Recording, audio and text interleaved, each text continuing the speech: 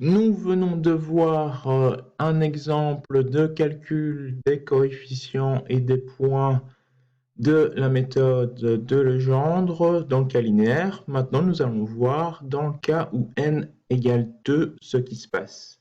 Donc, dans le cas où n égale 2, ça veut dire que on a 4 degrés de liberté ou 4 inconnus. Donc n égale 2, ici on a moins 1 jusqu'à 1 de l'intégrale donc de f de t dt qui vaut la somme de i égale 1 jusqu'à n égale 2, et donc ça donne alpha 1 fois f y1 plus alpha 2 fois f y2, donc on a 4 inconnus, et on sait qu'avec cette méthode, on peut approximer de manière exacte un polynôme jusqu'au degré 2 fois n, donc 2 fois 2, 4, moins 1, donc on peut aller jusqu'à un polynôme cubique. Donc cette forme-là, 0 plus 1 fois t plus a2 fois t carré plus a3 fois t cube. Donc, dans ce cas-là, on n'aura aucune erreur, donc on peut utiliser l'égalité, l'intégrale entre moins 1 et 1 du polynôme du troisième degré est égale à alpha 1 fois f en y1, donc on remplace ici t par y1, plus alpha 2 fois f en y2, donc on remplace ici t par y2. Et en faisant ça, on obtient 4 équations. Pourquoi 4 équations? Puisqu'on doit avoir l'égalité sur les termes à 0, sur les termes à 1, sur les termes à 2 et sur les termes à 3. Donc ça nous donne 4 égalités qui sont là.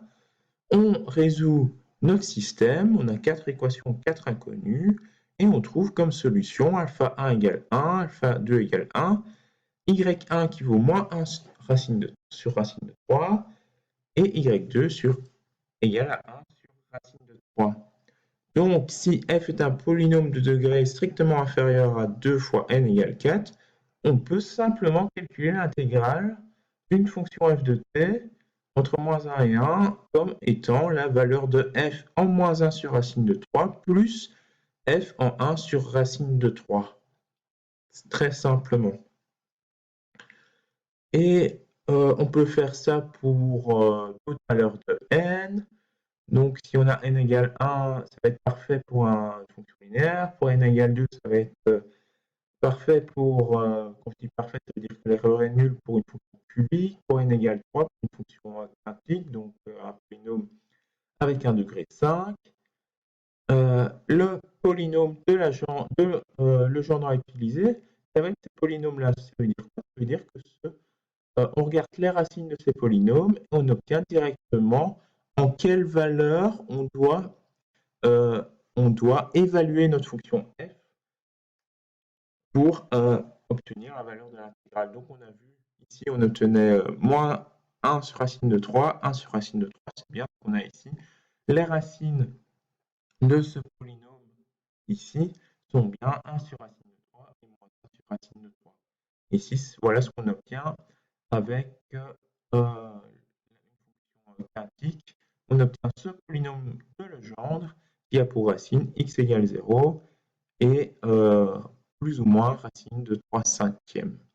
Et donc, il faudra utiliser ce point-là si on veut avoir la valeur de l'intégrale d'une fonction quantique.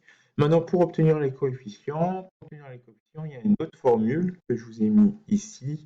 On a que alpha i égale 2 sur 1 moins xi au carré multiplié par la dérivée première de Pn en xi, on met tout ça au carré. Et donc un exemple avec P2 de x, donc P2 de x c'est ce polynôme, on prend sa dérivée, ça devient 3x, et ainsi on peut calculer les coefficients alpha 1 et alpha 2, et on obtient 1 et 1. Donc c'est bien ce qu'on avait obtenu tout à l'heure. Donc maintenant, en résumé, pour calculer une intégrale de cette forme-là, on va faire quoi? On utilise un changement de variable, on se ramène à cette intégrale, et ensuite on peut approximer l'intégrale en faisant cette somme de alpha i fois f y i. Donc en pratique, les valeurs de alpha i et y i sont connues et tabulées. Donc pour ça, il faut utiliser des tables de calcul. Donc, par exemple, si on a utilisé une méthode à 12 points, on va ici nous donner tous les yi à utiliser et tous les alpha i correspondants. Et il suffit de faire, donc, il suffit donc de sommer. C'est le produit des alpha i fois les yi, donc ce produit-là.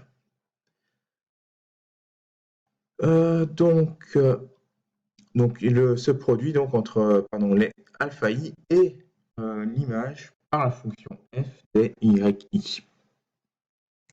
Et donc l'algorithme, on se ramène à un intervalle moins 1, 1. Donc pour i égale 1 à n, il faut faire quoi? Mais on se ramène à la valeur de t correspondante, et puis on fait la somme des alpha i fois les f de t. Et le résultat, c'est la somme fois, on n'oublie pas, le b-a demi qui vient de là. Donc maintenant, l'erreur sur moins 1, 1, si la fonction f n'est pas un polynôme, mais qu'elle est c de n, donc la dérivée de nème est continue, alors on peut calculer son développement de Taylor, et ainsi on peut borner l'erreur. On peut montrer que l'erreur est de cette forme-là, avec un gamma compris entre moins 1 et 1, donc qui est lié ici à cette intégrale-là qu'on a en utilisant le développement de Taylor. Donc ici, on ne rentre pas dans les détails, mais c'est juste pour dire qu'on peut calculer cette erreur. Donc dans le cas où la fonction est c de n.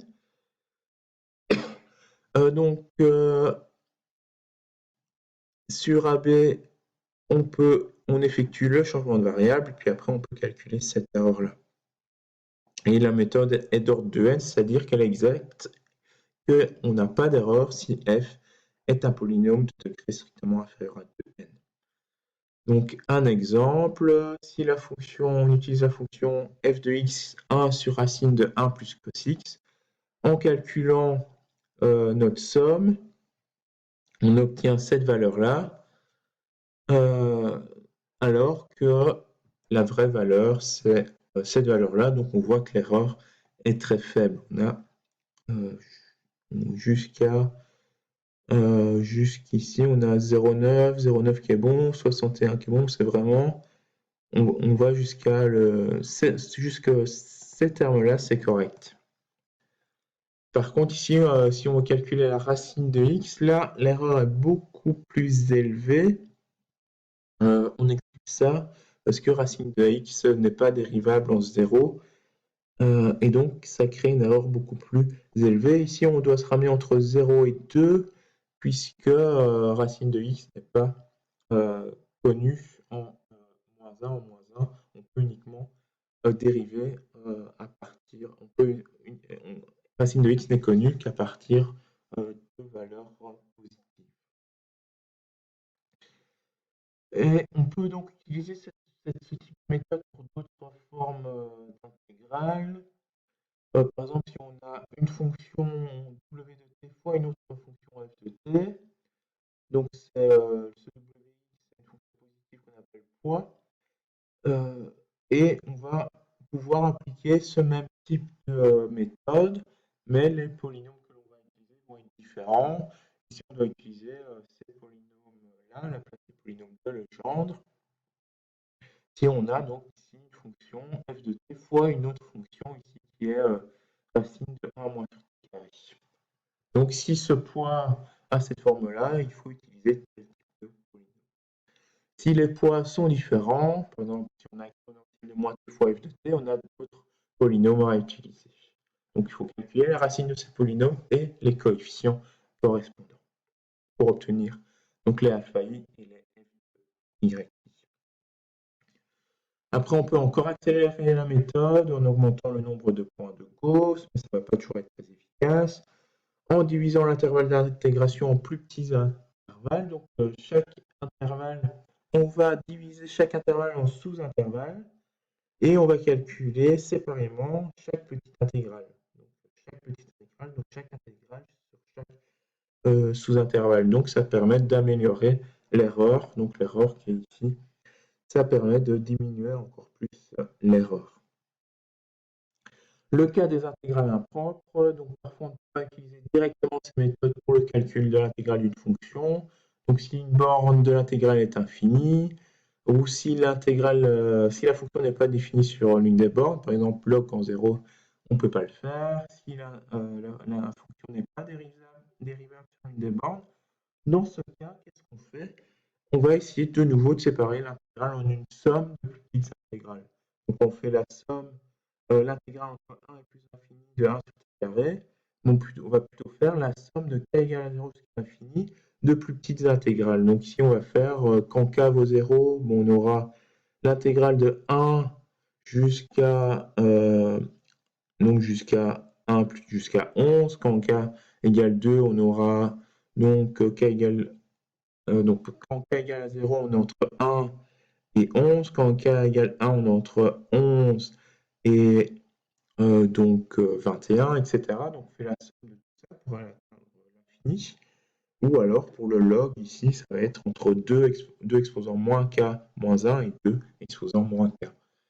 Donc on calcule chaque petite intégrale séparément et on s'arrête quand le reste est négligeable. Donc en conclusion, pour calculer l'intégrale d'une fonction, on va se ramener au calcul de l'intégrale d'un polynôme, car c'est un ensemble de fonctions très simple, ça permet d'approcher presque toutes les fonctions intégrables, mais cela ne fonctionne bien que sur des fonctions très régulières. Pour accélérer, pour diminuer l'erreur, on peut couper l'intervalle d'intégration en petits morceaux. Dans le cas où donc on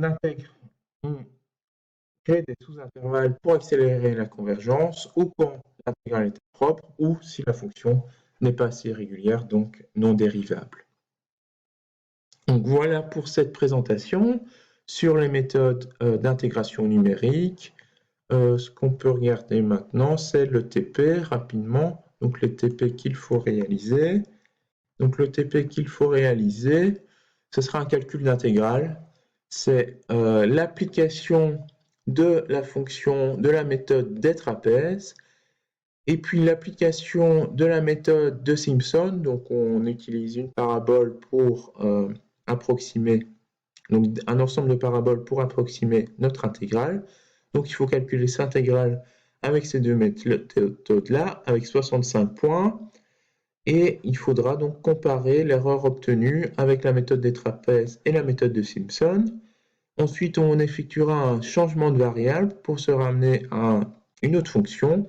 Il faudra faire la même chose, donc calculer l'erreur avec la méthode de Simpson et la méthode des trapèzes. Il faudra comparer les erreurs réelles et les erreurs théoriques que vous obtenez.